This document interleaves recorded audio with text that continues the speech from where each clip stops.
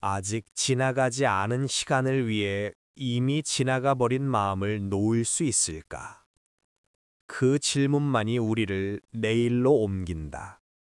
미련을 지닌 사람은 언제나 두 시대를 동시에 살아 고단하다. 여러분들이 붙잡고 있는 미련은 무엇인가?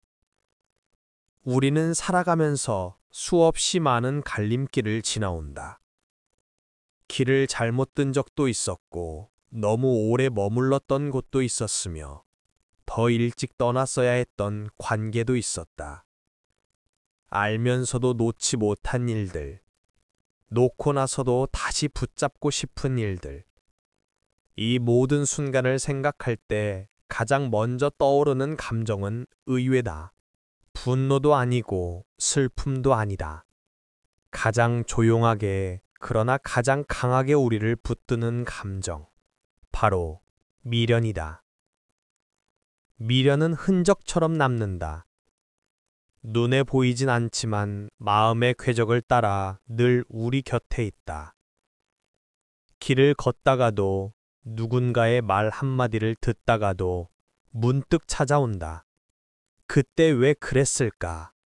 조금만 더 용기 냈다면 이 선택은 맞았던 걸까? 우리는 현재를 살아가고 있지만 사실은 절반쯤 과거에 머물러 있다.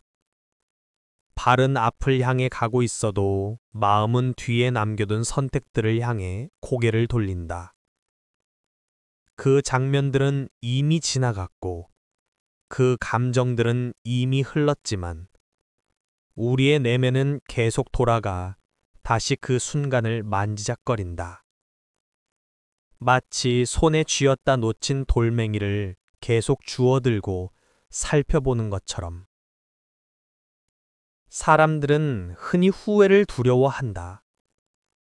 후회는 실패의 증거처럼 느껴지고 자신의 부족함을 드러내는 것처럼 여겨진다. 그래서 우리는 후회가 생기지 않도록 완벽한 선택을 하고 싶어 한다. 하지만 아이러니하게도 가장 큰 후회는 완벽함을 추구하는 과정에서 생긴다. 왜냐하면 완벽한 선택이라는 것은 애초에 존재하지 않기 때문이다. 현대인은 빠르게 변하는 세상 속에서 매 순간 선택을 강요받는다. 길거리의 신호등처럼 멈출 틈도 없이 바뀌는 상황 속에서 우리는 순간적인 판단들을 삶의 결론처럼 떠안는다. 그러나 그 모든 판단이 시간이 지나면 다른 결과로 보인다. 그때는 최선이었지만 지금은 다르게 느껴진다. 지금의 내가 어제의 결정을 간섭하는 것이다. 율곡이인은 이 감정의 성질을 누구보다 빨리 이해한 사람이다. 그는 스스로에게 그리고 제자들에게 한 가지 마음만큼은 절대 붙잡지 말라고 강조했다. 그 마음은 바로 돌아보는 마음, 즉 미련이었다. 그가 활동하던 조선 중기는 한 번의 선택이 수십 년의 삶을 결정하던 시대였다. 정치적 입장 하나가 자신의 관직, 가문, 미래를 송두리째 흔드는 구조 속에서 사람들은 선택 자체보다 선택 이후의 감정에 더 지쳐갔다. 그리고 그 감정의 중심에는 언제나 다시 선택할 수만 있다면 이라는 갈망이 있었다. 율곡은 이 갈망이 사람을 파괴한다고 보았다. 선택이 틀려서가 아니라 그 선택을 놓지 못하는 마음 때문에. 그는 사람을 힘들게 하는 것은 잘못된 길이 아니라 계속해서 뒤돌아보는 마음이라고 말했다.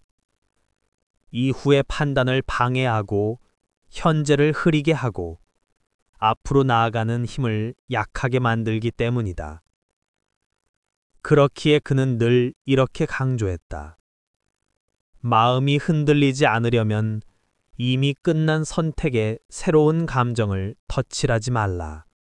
우리가 생각하는 미련은 후회에서 시작된다고 믿지만 사실 미련은 현재를 잃게 만드는 감정이다. 오늘을 온전히 살지 못하게 하고 내일을 향해 걸어가는 걸음도 흐트러뜨린다.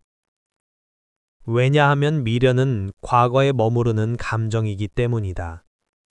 우리는 과거의 발목을 잡힌 채 현재를 계속 흘려보내고 있는 것이다. 결국 율곡이 말한 문제의 본질은 이것이었다. 사람들은 잘못된 선택 때문에 고통받는 것이 아니라 이미 지나간 선택을 계속해서 다시 해석하려는 마음 때문에 흔들린다. 즉, 스스로 선택한 길을 다시 묻는 순간, 현재는 무너진다는 것이다. 우리는 이 문제를 이미 일상에서 느끼고 있다. 대화가 끝난 뒤에 해야 했던 말을 떠올리고, 떠난 사람을 붙잡지 못한 장면을 계속 떠올리고, 이미 끝난 관계를 다시 분석한다. 그 중 어느 것도 현재의 삶에 도움이 되지 않는다. 그러나 그 감정은 쉽게 떠나지 않는다. 그 이유는 하나다. 우리 속에서 이 선택이 틀렸을지도 모른다는 미세한 의심이 계속 자라기 때문이다. 율곡은 이 지점을 가장 날카롭게 본 사람이다. 그는 제자들에게 말했다. 가장 어리석은 것은 지나간 일을 다시 계산하는 것이다. 지나간 물을 다시 손으로 붙잡으려는 것처럼 불가능한 일을 계속 시도하는 것이다. 질문은 명확하다. 우리는 왜 계속 과거로 돌아가는가? 왜 이미 끝난 선택을 붙잡고 흔드는가? 그리고 왜 그 감정이 우리를 이렇게 고단하게 만드는가? 이 질문의 답을 찾는 과정이 바로 율곡의 사유가 시작되는 지점이다. 그는 미련을 단순한 감정이 아니라 사람의 삶 전체를 흔드는 구조적 문제로 보았다. 그래서 후회 없는 삶을 말할 때 가장 먼저 제거해야 할 마음으로 미련을 지목했다. 지금 이 순간에도 과거의 장면 하나가 마음을 붙잡고 있다면 그것은 단지 감정 문제가 아니다. 삶의 흐름을 막고 현재의 판단을 무너뜨리는 가장 근본적인 장애물일 수 있다. 후회 없는 삶은 미래의 기술이 아니라 과거를 다루는 방식에서 시작된다. 율곡은 그 첫걸음을 바로 미련이라는 마음을 내려놓는 것에서 찾았다. 미련이라는 감정은 개인의 성향에서 생기는 것이 아니다. 그 시대가 사람들에게 어떤 선택을 강요했는지, 선택 이후 어떤 책임을 지게 했는지, 어떤 두려움을 사회가 공유하고 있었는지에 따라 더 짙어지고 더 무거워진다. 율곡 이이가 살아가던 조선 중기는 바로 그 미련이 가장 짙게 스며들 수밖에 없었던 시대였다. 사람 한 명의 선택이 단순한 인생의 방향이 아니라 가문 전체의 운명, 지방의 질서, 전국의 균형까지 흔드는 무게를 담고 있었다. 그 시대는 조용해 보였지만 표면 아래는 늘 흔들림이 있었다. 정국은 안정되지 않았고 당파는 미세하게 갈라졌다가 어느 순간 폭발적으로 확장되었다.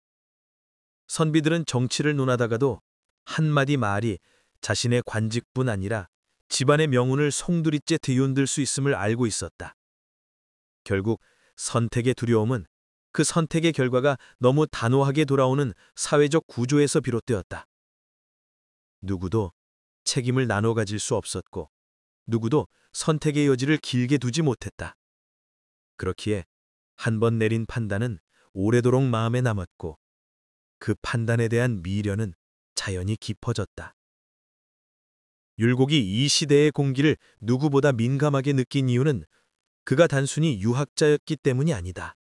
그는 어린 시절부터 조선 사회가 가진 구조의 결함을 몸으로 겪었다.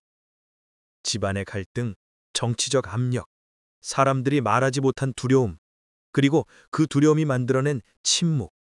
이 모든 것이 그의 사고를 형성한 토양이었다. 그가 자주 관직을 사양하고 스스로 벼슬을 내려놓은 것도 단순히 초연함의 표현이 아니었다. 그는 선택이 남기는 흔적을 잘 이해하고 있었고 그 흔적이 남긴 미련이 사람의 판단을 무너뜨리는 방식을 알고 있었다. 즉, 율곡에게 관직은 명예와 권력의 자리이기 전에 잘못 선택했다는 미련을 심는 자리였다. 그 시대의 선택은 단순하지 않았다. 정치적 입장 하나가 누군가에겐 명예였고 또 다른 누군가에겐 적의를 불러오는 계기였다. 조금만 의견을 달리해도 비판이 날아왔고 판단이 흐린 날에는 자신의 모든 행동이 의심받았다. 그런 상황에서 사람들은 자신이 내린 선택을 깊이 숨겨두거나 반대로 그 선택에 매달리며 스스로를 정당화하려 했다. 두 행동 모두 선택 이후의 흔들림을 극대화했고 미련은 그 틈에서 자라났다. 율곡은 이 흐름을 정확히 읽었다. 그는 제자들에게 선택 이후에 생겨나는 공포가 사람의 사유를 어떻게 파괴하는지를 이야기했다. 그 시대에는 한 번의 실수가 평생을 흔들었고 사람들은 그 실수를 만회하지 못해 마음속에서 끊임없이 되풀이했다. 그는 말했다. 선택이 무서운 것이 아니라 선택을 되돌아보는 마음이 무섭다. 이 말은 단순한 철학적 표현이 아니라 조선 사회가 가진 구조적 공포를 가장 간결하게 요약한 문장이었다. 그 시대는 선택을 후회할 시간이 너무 많았다. 사회는 느리게 움직였고 결과는 오래 남았다. 사람들은 천천히 그러나 깊게 후회했다. 그 속에서 미련은 자연스럽게 쌓였다. 조선 중기의 정치 구조는 현재와 비교할 수 없을 만큼 폐쇄적이었고 사람들은 자신을 방어하기 위해 끊임없이 과거 판단을 되새기며 그때 내가 옳았음을 증명해야 했다. 이것이 바로 율곡이 말한 돌아보는 마음의 병이 생겨난 환경이었다. 정치만이 아니었다. 사회 전체는 느린 속도로 움직였고 사람들은 그 느린 속도 안에서 자신의 선택을 오랫동안 보게 되었다. 그 선택은 시간이 지날수록 다른 빛깔을 띠었고 그 빛깔이 사람의 마음을 흔들었다. 선택 이후의 시간이 길어질수록 미련은 더 쉽게 자란다. 그 시대가 바로 그런 시간의 구조였다. 그러나 율곡은 여기에 한 가지 더 중요한 점을 덧붙였다. 그는 미련이 강해진 이유가 시대의 구조 때문이 아니라 사람들이 그 구조 속에서 감정을 다루는 법을 몰랐기 때문이라고 보았다.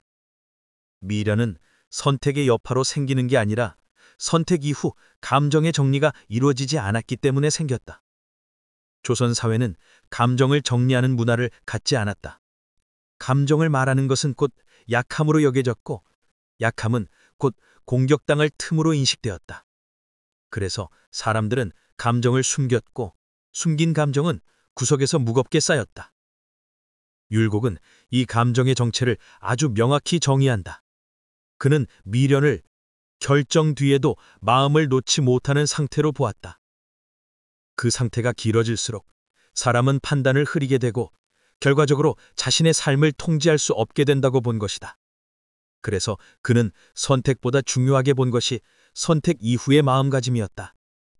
그가 말한 후회 없는 삶은 선택을 잘하는 기술이 아니라 선택 이후 마음을 흔들리지 않게 지키는 태도였다. 그리고 이 태도는 그 시대적 환경을 이해함으로써 시작된다. 시대가 사람을 어떻게 흔들었는지 알아야 그 흔들림을 넘어설 수 있기 때문이다. 율곡의 시대는 사람들이 선택에 갇혀 살던 시간이었다.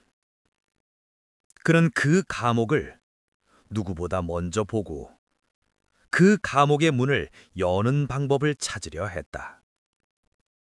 그 문을 여는 첫 번째 열쇠가 바로 미련을 버리는 마음이었다. 율곡 이이가 남긴 사유의 깊이는 거대한 이론이나 장대한 철학에서 오지 않았다. 그는 늘 주변을 바라보는 사람이었다. 사람의 표정, 선택 이후의 말투, 정치적 판단 뒤에 남는 미세한 불안. 그는 다른 이들이 지나치는 지점을 유독 오래 바라보았다. 그가 포착한 미련의 실체도 그렇듯 작은 관찰에서 시작되었다. 당시 선비들은 늘 결정을 중시했다.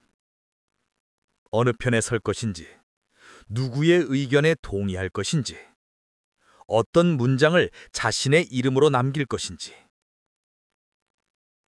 선택은 명예였고 그 선택을 잘 지키는 것이 곧 도덕성이었다. 사람들은 결정을 내릴 때는 묵직했지만 정작 결정 이후에 자신이 어떤 모습을 보이는지에는 거의 관심을 두지 않았다. 율곡은 바로 그 결정 이후의 순간을 들여다보았다. 그는 선택 직후의 사람들은 대부분 담대하고 확신에 차 있지만 며칠이 지나면 그 확신이 조용히 흔들리는 모습을 발견했다. 처음에는 아무도 그것을 심각하다고 생각하지 않았다. 사람이라면 누구나 흔들릴 수 있기 때문이다. 하지만 율곡은 흔들림 자체보다 그 흔들림이 반복되는 패턴에 주목했다. 그는 관찰했다. 선택 이후 그 사람의 말이 달라지고 표정이 달라지고 행동이 달라진다는 것을. 처음에는 이 길을 택하겠다고 단호히 말하던 사람이 며칠 뒤에는 아마도 그랬을 것이다 라고 말했고, 더 시간이 지나면 그때 조금 더 생각했어야 했는데 라고 말하기 시작했다. 선택의 언어가 확신에서 가능성으로, 가능성에서 후회로 변해갔다. 사람들은 스스로도 이 변화를 눈치채지 못했다. 그저 시간이 흐른 것뿐이라고 생각했다. 하지만 율곡은 달랐다. 그는 이 변화를 한 사람의 마음이 흔들리는 과정으로 보았다. 그 흔들림은 아주 작았다. 마치 바람 한 줄이 연못 가장자리를 흔드는 것처럼. 큰 파도는 없지만 물결은 계속 번져가는 그런 움직임이었다. 그는 몇 년 동안 관료들과 제자들, 그리고 자신을 통해 이 흔들림의 패턴을 기록하듯 마음에 새겼고 결론을 내렸다. 사람을 무너뜨리는 것은 잘못된 선택이 아니라 그 선택을 다시 흔드는 감정이다. 이 깨달음은 단순히 관찰의 결과가 아니라 그 시대적 흐름 속에서 드러나는 심리의 약한 신호를 정확히 포착한 것이다. 율곡이 관찰한 첫 번째 신호, 과도한 침묵. 사람은 선택에 자신이 있다면 굳이 말을 아끼지 않는다. 그런데 율곡은 선택을 한 뒤 유독 말수가 줄어드는 사람들을 보았다. 그들은 스스로 혼자 있는 시간이 많아졌고 판단의 이유를 되뇌었고 그 과정에서 감정이 서서히 뒤섞이고 있었다. 이 침묵은 흔히 현명함으로 오해되었지만 사실은 마음속 불안을 감추는 방식이었다. 두 번째 신호, 변하는 눈빛. 율곡은 사람을 볼 때 언어보다 눈빛을 먼저 본다고 했다. 선택 이후 흔들리는 사람은 눈빛이 깊어지지 않고 자꾸 주변을 살핀다. 흔들림은 눈에서 먼저 드러난다. 그는 그것을 마음의 빈자리라고 불렀다. 세 번째 신호, 이유를 필요 이상으로 설명하는 모습. 관료들 중에는 자신의 선택을 정당화하기 위해 불필요한 설명을 늘어놓는 사람들이 있었다. 율곡 눈에는 설명이 길어지는 순간 이미 마음속 확신이 무너졌다는 의미였다. 확신은 짧고 미련은 길다. 그는 이 작은 차이를 누구보다 잘 보았다. 네 번째 신호. 다른 사람의 선택을 부러워하는 태도. 처음 선택할 때는 자신의 길이 옳다고 믿었지만 며칠이 지나면 남의 길이 더 좋아 보이기 시작한다. 이 부러움은 단순한 감정이 아니라 이미 자신의 선택이 흐려지고 있다는 표시였다. 율곡은 이 마음을 미련의 그림자라고 했다. 이 네 가지 신호는 그가 평생 관찰을 통해 얻은 미련의 초기 징후였다. 이 신호는 조용하지만 단단하게 사람의 삶을 흔들어 놓았다. 율곡은 인간의 마음을 하나의 구조로 보았다. 그 구조에서 작은 흔들림이 생기면 그 흔들림이 전체를 무너뜨릴 수 있다고 여겼다. 그래서 그는 이 작은 신호들을 결코 사소하게 보지 않았다. 그가 무너지는 사람들을 보면 느낀 건 실패의 두려움이 아니라 마음속에서부터 흔들리는 그 작은 시작이었다. 그는 제자들에게 말했다. 큰 무너짐은 갑자기 오지 않는다. 반드시 작은 흔들림에서 시작된다. 이 말은 단순히 심리 조언을 넘어 선택 이후의 인간을 꿰뚫는 통찰이었다. 그리고 이 작은 흔들림이 왜 미련이라는 감정으로 자라는지를 그는 철저하게 추적했다. 그 흔들림이 반복되면 사람은 자신의 결정을 의심하기 시작한다. 의심은 과거를 다시 보게 만들고 다시 보는 과정에서 미련은 자란다. 그래서 율곡은 이 약한 신호를 초기에 발견하는 것이 선택을 지키는 가장 중요한 과정이라고 했다. 하지만 여기서 그는 멈추지 않았다. 그는 이 신호들이 왜 사람에게서 끊임없이 발생하는지를 살펴보았다. 그 원인은 단순한 심리 문제가 아니라 사유의 방식 자체가 잘못된 데 있었다. 사람들은 감정의 흐름을 사유의 흐름과 같은 위치에 놓았다. 즉, 감정이 움직이면 사유도 움직이는 구조였다. 율곡은 이 오류를 누구보다 빨리 이해했다. 따라서 그는 판단을 지키고 싶다면 감정과 사유를 구분해야 한다고 보았다. 감정은 움직이지만 사유는 움직이면 안 되는 것. 그는 그것을 선택을 지키는 첫 기준으로 삼았다. 그가 발견한 것은 결국 이것이다. 사람은 선택 이후 감정이 흔들릴 때 그 흔들림을 사유의 문제로 착각하면 선택은 흔들리고 흔들린 선택은 미련으로 이어진다. 이 작은 오해가 삶 전체를 집어삼키는 결과를 만든다. 챕터 3의 끝에서 율곡이 우리에게 남기는 메시지는 명확하다. 미련은 갑자기 생기는 것이 아니다. 그것은 작은 흔들림에서 시작되고 그 흔들림을 방치하면 삶 전체를 흔드는 뿌리로 자란다. 사람의 감정이 흔들리는 것은 자연스럽다. 하지만 율곡 2이는 이 흔들림이 사유의 중심까지 침범하는 순간을 가장 경계했다. 감정은 움직여도 된다. 그러나 사유는 움직이면 안 된다는 것이 그의 일관된 입장이었다. 챕터 3에서 그가 포착한 작은 흔들림은 겉으로 보기엔 아무것도 아닌 변화였다.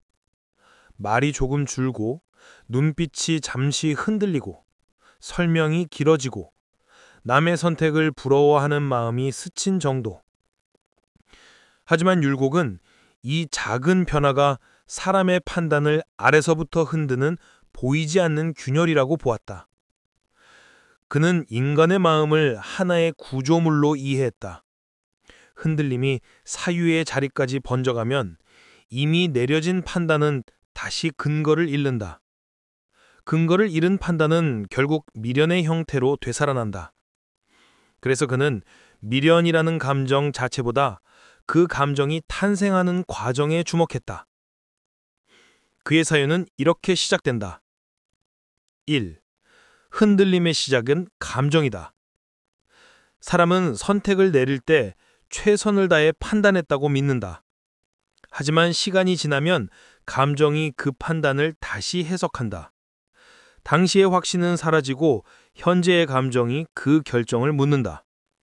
정말 그게 옳았을까? 율곡은 이 질문이 사람을 미련 속으로 끌어들이면 첫 관문이라고 보았다. 감정이 판단을 흔드는 순간 사람은 선택을 다시 재구성한다. 그러나 그 재구성은 객관적 사유가 아니라 감정에 근거한 흔들림이할 뿐이었다. 그래서 그는 말했다. 선택은 그 순간의 사유로서 완결된다. 감정이 나중에 그 선택을 다시 흔드는 것은 이미 완결된 판단을 감정의 시선으로 다시 조각하는 행동이었다. 2. 감정의 흔들림을 사유로 착각한다. 율곡이 본 인간의 가장 큰 약점은 감정이 흔들릴 때 사유까지 같이 흔들린다고 느낀다는 점이었다. 사람들은 감정이 불안하면 판단도 틀렸다고 믿는다. 감정의 문제를 사유의 문제로 오해하는 것이다. 그는 이 구조적 착각을 가장 치명적인 심리 메커니즘으로 보았다. 사람은 감정에 민감하기 때문에 조그만 불안도 판단의 문제처럼 느껴진다. 그래서 선택을 계속 되돌아보며 다시 계산하려 한다. 그러나 율곡은 이 재계산이야말로 삶을 무너뜨리는 시작이라고 했다. 이미 지나간 판단은 이미 지나간 맥락 위에서 이루어진 것이다. 그 당시의 사유, 상황, 시선에서 출발한 선택을 지금의 감정으로 다시 계산하는 것은 구조적으로 불가능한 일이었다. 3. 흔들린 마음은 과거를 왜곡한다. 감정이 흔들리면 사람은 과거의 장면을 현재의 감정이라는 렌즈를 통해 다시 본다. 이 렌즈는 언제나 왜곡된다. 그때의 장면은 지금의 불안을 반영해 달리 보인다. 그는 이 왜곡을 미련의 가장 본질적인 형태로 보았다. 사람은 실제로 후회하는 것이 아니라 왜곡된 과거를 후회한다. 그때의 자신이 잘못 판단한 것이 아니라 지금의 감정이 그때의 자신을 잘못 해석하는 것이다. 따라서 과거를 다시 보는 행위 자체가 미련을 강화하는 과정이었다. 왜곡된 후회는 현재를 흐리고 미래의 판단까지 방해한다. 이 때문에 그는 지나간 판단은 다시 논하지 말라라고 말했다. 4. 미련은 현재를 흔들고 미래를 빼앗는다. 미련이 과거의 문제처럼 보이지만 실제 피해는 현재와 미래에 일어난다. 지속되는 미련은 현재의 판단을 흐리고 앞으로 나아가는 실행력을 빼앗는다. 사람은 과거를 바라보는데 현재를 쓴다. 과거를 붙잡는데 미래의 에너지를 소모한다. 율곡은 이것을 시간을 잃는 방식이자 삶을 잃는 방식으로 보았다. 과거의 장면 하나가 오늘의 삶 전체를 흔드는 구조. 이 구조가 반복되면 사람은 스스로의 선택 능력을 잃는다. 미래의 판단도 불안해지고 결국 선택 자체를 두려워하게 된다. 그는 말했다. 미련은 과거를 보고 있는 것이 아니라 앞으로 걸어갈 발을 묶는 것이다. 5. 결론으로 가는 마지막 사유. 율곡의 사유는 여기서 마지막 단계로 향한다. 그는 미련이 감정의 문제가 아니라 사유의 구조적 오해에서 비롯됐다고 보았다. 감정이 흔들렸을 뿐인데 사람들은 판단까지 흔들렸다고 느낀다. 이 착각이 사람을 약하게 한다. 그는 흔들림을 없애는 방법을 감정을 다스리는 데서 찾지 않았다. 감정은 본래 움직이는 것이기 때문이다. 그는 오히려 사유를 흔들리지 않게 하는 데서 출발했다. 즉, 판단의 기준을 감정의 변화와 분리시키는 것. 감정은 수면 위의 물결, 사유는 물 밑의 흐름. 물결이 흔들린다고 물의 본류가 바뀌는 것은 아니다. 그는 이 원리를 평생 반복하며 제자들에게 가르쳤다. 선택 이후에도 흔들리지 않는 사람은 감정을 다스린 사람이 아니라 사유의 자리를 지킨 사람이다. 그 자리가 흔들리지 않을 때 미련이라는 감정은 자라지 못한다. 그러므로 후회 없는 삶을 살고 싶다면 미련을 버려라 라는 문장은 갑작스레 나온 단순한 의지가 아니라 사유의 흐름 전체가 한 점으로 모인 결론이었다. 사람은 스스로의 삶을 돌아보며 의외의 사실을 깨닫는다. 우리를 지치게 만든 것은 거대한 실패가 아니었다. 돌이킬 수 없는 사건도 아니었다. 삶을 흔들어 놓은 것은 대부분 아주 미세한 마음의 움직임, 즉, 한 번의 판단 이후 조용히 찾아오는 흔들림이었다. 우리는 선택을 내리는 순간에는 단단하다. 하지만 그 단단함은 오래 버티지 못한다. 시간이 지나면 감정이 흘러들고 흐른 감정은 판단의 근거를 다시 뒤흔든다. 그때 사람은 과거를 다시 꺼내든다. 이미 끝난 선택을 새로운 감정으로 다시 해석하려 한다. 그 순간부터 사람은 현재를 사는 것이 아니라 과거와 미래를 동시에 붙잡으려는 불가능한 시도를 반복하게 된다. 이 이중의 삶이 피로를 만든다. 현재의 몸은 앞으로 가고 있지만 마음은 뒤로 향한다. 아직 오지 않은 시간을 살아야 하는데 이미 지나간 장면을 되돌아보며 그 장면 속에서 또 다른 삶을 상상한다. 그 상상 속에서 우리는 더 나은 선택을 했을 수도 있었던 자신을 계속 만든다. 이 가상의 자신은 점점 매력적이 되고 지금의 자신은 상대적으로 흐려진다. 사람의 마음은 그 지점에서 조용히 갈라진다. 율곡 이인은 이 갈라짐을 가장 위험한 마음의 구조라고 보았다. 그는 사람의 실수보다 사람이 그 실수를 붙들고 흔드는 방식을 더 경계했다. 실패는 순간에 지나지만 미련은 시간을 잠식한다. 한 번의 흔들림이 며칠, 몇 달, 심지어 몇 해 동안 사람의 판단을 지배한다. 그는 오래전부터 깨달았던 것이다. 미련은 감정의 문제가 아니라 시간을 사용하는 방식의 문제라는 것을. 과거를 다시 보는데 시간을 쓸수록 현재는 얇아지고 미래는 불투명해진다. 미련은 시간을 끌어내리는 힘을 가진다. 그래서 그는 미련을 버리라 라고 한 것이 아니라 시간을 흐르게 두라 라고 말하고 있었던 셈이다. 그는 제자들에게 말하곤 했다. 사람은 사유를 잃을 때 무너지는 것이 아니다. 사유의 자리를 감정에게 내줄 때 무너진다. 이 말은 겉으로 보기엔 단순해 보이지만 그 안에는 오랜 삶의 관찰과 끊임없는 사고의 축적이 깔려 있었다.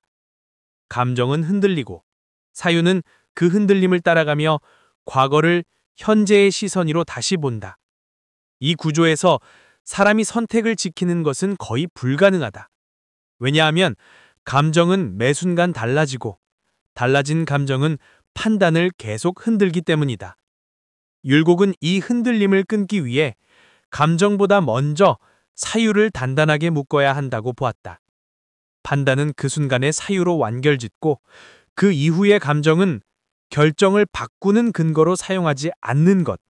이것이 그가 말한 선택을 지키는 방식이었다. 그는 또 하나의 패턴을 보았다. 미련을 가진 사람은 반드시 현재를 가볍게 대했다. 지나간 장면의 시선을 빼앗긴 사람의 현재는 가볍고 흐리고 불안정했다. 반대로 미련을 버린 사람은 현재를 무겁게 살았다. 지금 이 순간을 제대로 눌러 살기 때문에 과거에 끌려가지 않았고 미래에 흔들리지 않았다. 그는 이 차이를 수없이 확인했다. 그리고 결국 단 하나의 문장으로 이 모든 사유를 묶었다. 그 문장은 인생 전체를 두고 가장 깊은 자리에서 나온 결론이었다. 후회 없는 삶을 살고 싶다면 미련을 버려라. 이 문장은 결코 의지에서 태어나지 않았다. 시대의 구조를 보고 사람의 흔들림을 보고 감정과 사유의 충돌을 보고 선택 이후의 삶을 지켜본 결과였다. 그는 인생의 가장 큰 장애물이 잘못된 선택이 아니라 이미 끝난 선택을 다시 흔드는 마음임을 깨달았다. 이 문장이 단단한 이유는 현실의 고통을 감추지 않기 때문이다. 인간은 흔들린다. 그러나 흔들림을 사유로 끌어오지 않을 수 있다. 감정은 움직여도 되지만 사유가 흔들리면 안 된다. 사유가 흔들리지 않을 때 사람은 비로소 과거를 놓고 현재를 살며 미래로 걸어갈 수 있다. 이 결론은 조용하지만 날카롭다. 우리의 선택을 지탱하는 것은 완벽함이 아니라 과거를 붙잡지 않는 태도다. 지나간 판단을 다시 해석하지 않는 태도, 이미 끝난 감정을 현재로 끌고 오지 않는 태도, 그 태도가 사람을 오래 지키는 것이다. 그리고 율곡은 말없이 이렇게 덧붙였던 것이다. 과거를 버리는 것이 아니라 과거의 감정을 버리는 것이다. 이 말이 던지는 무게는 지금 시대에도 변함없이 이어지고 있다. 시간은 앞을 향해 흐르지만 사람의 마음은 늘 뒤를 돌아보려 한다. 이 모순은 세기가 바뀌어도 달라지지 않는다. 조선 중기의 선비가 느꼈던 흔들림과 오늘의 우리가 겪는 흔들림은 본질적으로 같은 구조를 가진다. 기술이 발전했고 선택의 종류는 늘어났지만 선택 이후의 마음은 여전히 약하다. 우리는 지금 역사상 가장 많은 선택지를 가지고 살아간다. 어디서 일할지, 누구를 만날지, 어떤 길을 갈지, 심지어 어떤 삶을 살아갈지까지 스스로 정할 수 있는 시대다. 그러나 선택이 많아진 만큼 미련도 많아졌다. 남의 삶을 쉽게 비교할 수 있고 가상의 가능성을 끝없이 상상할 수 있게 되었기 때문이다. 현대의 미련은 율곡의 시대보다 더 빠르게 자라난다. 우리는 매일 다른 사람의 삶과 선택을 보며 내가 그 길을 택했더라면 하고 생각한다. 이 감정은 눈에 보이지 않지만 조용히 사람의 마음을 갉아먹는다. 그리고 이 갉아먹는 과정은 이미 율곡이 보았던 그것과 똑같다. 그는 말하지 않았지만 그의 사유는 이렇게 속삭이고 있다. 미련을 버리면 그 자리에 비로소 현재가 온다. 사람은 과거를 비워야 현재를 채울 수 있다. 지나간 당면 하나를 계속 붙잡으면 지금이라는 시간은 설 자리를 잃는다. 우리는 자주 시간이 부족하다고 말한다. 바쁘고 해야 할 일이 많고 도달해야 할 목표가 많다고 말한다. 그렇지만 정작 잃어버리고 있는 시간은 지나간 감정에 쓰고 있는 시간이다. 과거의 장면을 떠올리며 지금의 한 시간을 통째로 넘기는 일이 얼마나 자주 일어나는지 우리는 거의 인식하지 않는다. 미련은 시간을 잠식한다. 과거는 무겁고 현재는 가벼워지고 미래는 불확실해진다. 이 구조 속에서 사람은 지금을 온전히 살지 못한다. 그저 흐르는 시간을 과거의 감정과 미래의 불안 속에 녹여버릴 뿐이다. 율곡의 문장은 오늘의 우리에게도 여전히 유효하다. 그의 시대는 느렸고 우리는 빠르다. 그렇기 때문에 미련이 자라는 속도 역시 다르다. 지나간 선택을 되돌아볼 기회는 스마트폰을 켤 때마다 더 많아지고 다른 사람의 선택을 부러워하게 만드는 정보는 끝없이 쏟아진다. 그러므로 그가 남긴 문장은 오히려 오늘에 더 강하게 작동한다.